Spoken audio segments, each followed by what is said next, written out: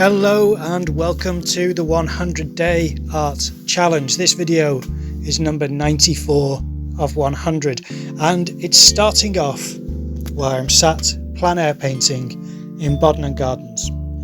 This is me sat with my mum trying to show her how I approach watercolour painting. So this is a bit of a lesson and it goes quite slow, so I don't end up managing to finish the painting whilst we're there, because the process I'm trying to show her is talking about what decision I'm making that decision so she can see it, and then waiting while she does the same thing so we have the same painting at the end of the day. So all I'm going to do in this part of the video is show little snapshots of bits of the painting that I do, and it's very slow and it's trying to get down light washes for the basic composition, the big shapes as people call it, for good reason, because that's all it is. It's just the big compositional shapes, and it's the lower layers, the underneath layers that still show through, but you do build and build on top of watercolour painting. And I really enjoy this medium. I find it probably the most comfortable of all paints, and it's thanks to my friend showing me years ago how to paint with it, and she talked to me about the principle of watercolour and how it works differently to other paints, and then she tried to instruct me on, do this, add that, mix it this way, and I couldn't learn that way.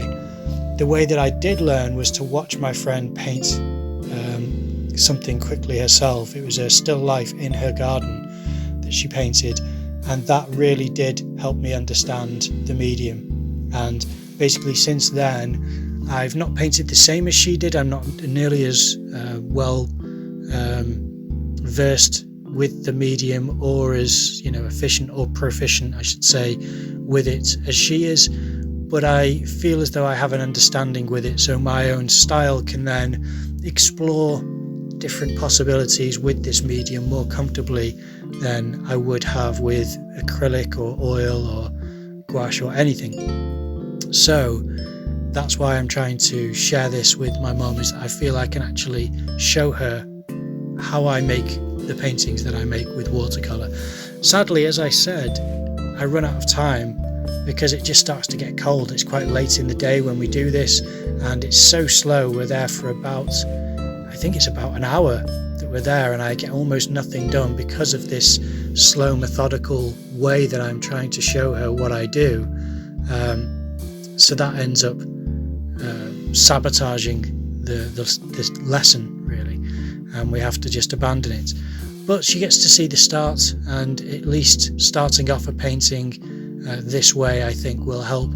It's a lot of drawing, as you can see. It's drawing with the brush and trying to get in certain marks as a layer on top of the more washy bottom layers.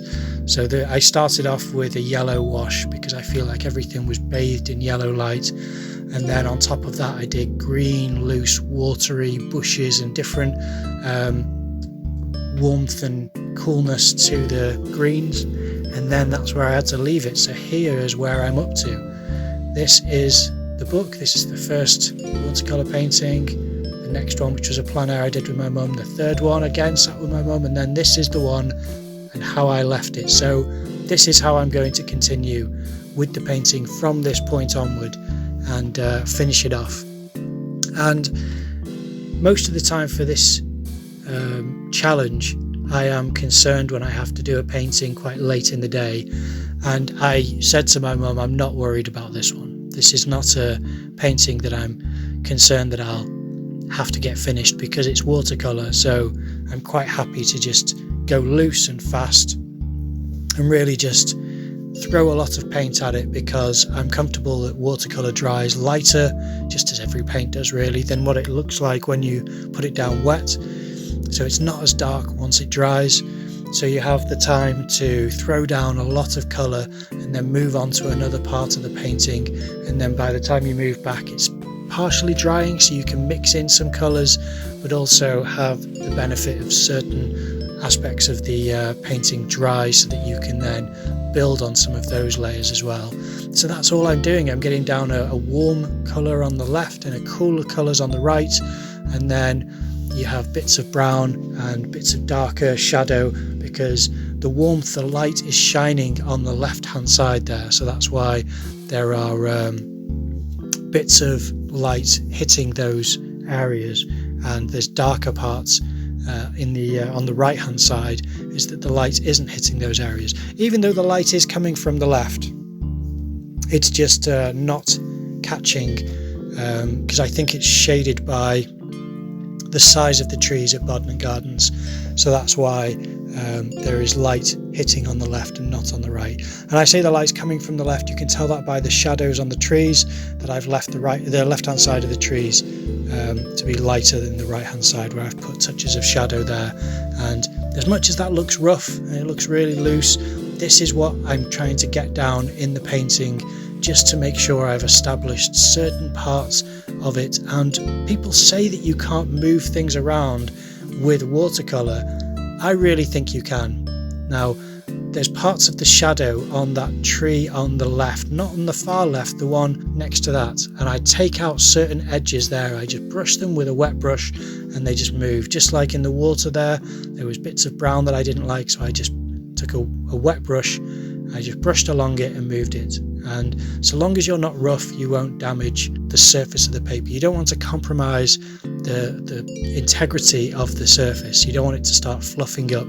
You don't want to scrub anything. You want to be very gentle, do really delicate layers and brush it on very lightly, as if it were a pet of some kind and you were trying to be gentle stroking it.